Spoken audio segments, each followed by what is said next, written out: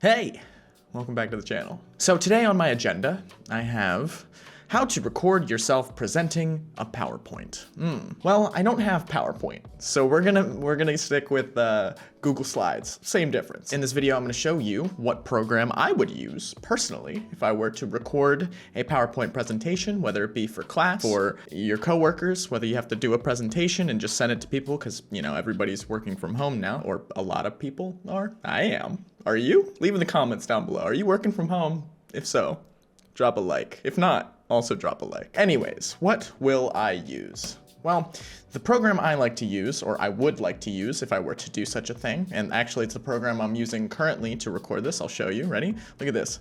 OBS. So, to get OBS, you type in OBS into Google and you go to Open Broadcaster Software. OBS, download it for whether it is Windows, Mac OS, or if you're one of the cool kids and have Linux. Download that, install it onto your computer, and then it will look, like this. So let's get you set up with screen capture as well as audio. So here, what you're gonna do is you're gonna right click on the sources. So you have your scene, which you can set a bunch of different scenes that you can jump through, but for simplicity's sake, you can just leave one scene and it's totally fine. After you figure out the name of your scene, which mine is cleverly named scene, you're gonna right click here and you're gonna add a display capture. Now this can be computer screen. Okay, and then you can choose the capture method, which just go to automatic. There's nothing crazy about that. Those are just technicals inside of things. So then you choose your monitor, which monitor you have. If you have multiple monitors set up, then you would choose which one you want to record. Choose your screen, hit OK, and then it will obviously be way too goddamn big. Way too big, where I don't even know if you can see this entire thing there. So I'm gonna resize this. If you right click it and you go to transform and then fit to screen, you should fit it to screen. Exactly. There you go. So then you have your screen being recorded. If you hit the record button right here, start recording, but since I'm recording right now, it says stop recording, so I'm not gonna click that because for obvious reasons. But moving forward, as you have your video now being displayed on the capture and the preview itself, the next thing to do is get audio set up. What you're gonna do is you're gonna hit add and then audio input capture, and then you do microphone, and then you select what device. I have a Focusrite 2i2 that I use that runs to this microphone. If you just have computer audio, it will just say computer audio or default, just keep it to default. But if you have an external mic, this is what you're gonna use, so do that, hit OK. And then as you can see, it is recording on both. You have microphone and then mic aux, which is what I set it to anyways for previous. But what you can see, there's a difference in how the waveforms are. This one is just left, and this one is just, I'm gonna probably stop that so it's not messing with you. What I will do is I will change that. So if I turn this back on and go to advanced audio properties, you can set microphone to mono, so that it does both. So it's the same on both left and right sides. So instead of having a stereo, you have everything just right down the middle. It's not coming out of your left ear, it's coming out of both ears. There you go. There's the layman's terms for that. I'm gonna mute it because I don't need that anymore. And then what you're gonna do is you're also gonna do add audio output capture, and that is just computer audio. Default. I'm also gonna set this to my speakers Focusrite because everything comes out through that, but if you just don't have a sound card or an interface at all, it'll just be default. It'll be your default audio. So do that, and then now if I show you, let me open up YouTube and I'm gonna find first video. Let's find Mr. Beast. Heyo. I recreated every single set from Squid Game. That's probably very loud, I'm so sorry. But as you could see, the computer audio was playing here. 56 people survives the longest, wins 456 grand. But I have desktop audio down here already created, so I'm gonna do that. And I have it really turned down for, again, obvious reasons as to that. All right, so now that we have the audio and video capture set up, we'll get to the PowerPoint presentation here in a sec, don't worry.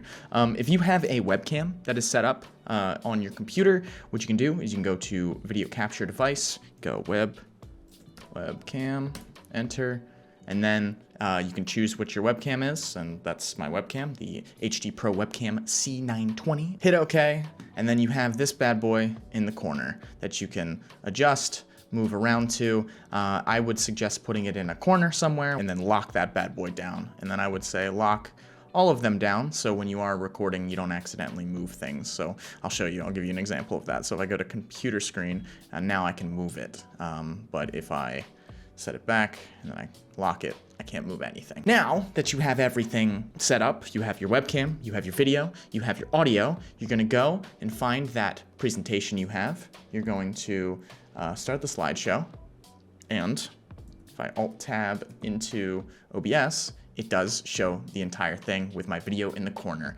And once you're ready, you hit the start record button and you present your presentation the entire way through, however long it is, how to do LinkedIn videos, the complete guide by Type Studio. And you can continue to move through this without needing to look at a video camera, look at anything, make sure this is recording. Everything is recording within OBS, and I don't know which camera to look at, so it's you can record your whole recording, go through the whole thing of it. If you hit escape and go back to OBS, and right here you're gonna click stop recording, and that will stop the entire recording, which you can then take into a video editor and then edit in any way you need, whether it be shortening it down or anything like that. I'm gonna do that. Let me do that real quick. So I have this beautiful, beautiful website called Type Studio that we like to use, and by we, I mean I. In Type Studio, it's a pretty easy video editor for people that aren't really big into video editing or don't know a lot about it. As you can see on the left-hand side here, I have Premiere and After Effects and everything. I run that usually, but for other people that are just trying to do something simple, that is not what I recommend, because high learning curve, steep learning curve. So let me find that screen recording.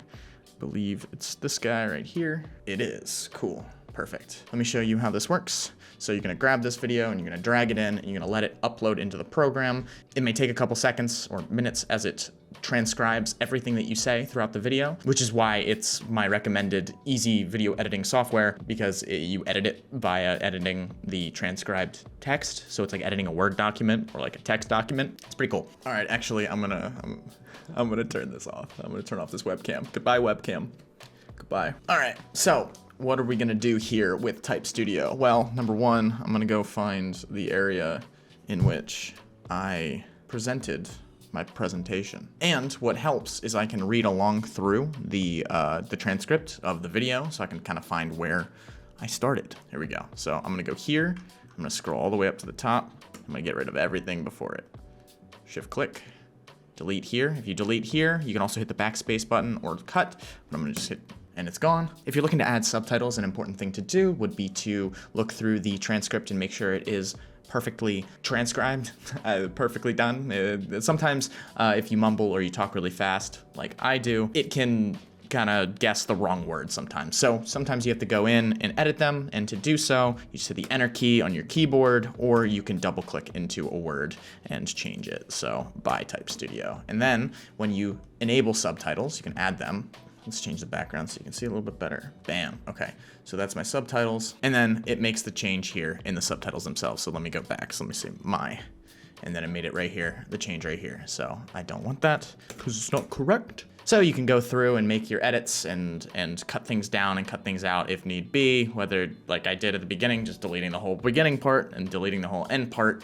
Then you can go on and export the video so that you can send it to other people. To do that, go up to the top right, click download video, and then it'll start rendering the video out so that you can download it on the sharing page and then send it out. Very simple, very easy, as long as you follow the tips and follow the step-by-step instructions that I have presented to you throughout the video. OBS is a really simple and lightweight program that I've been using for years. I've used it honestly ever since I started making these videos.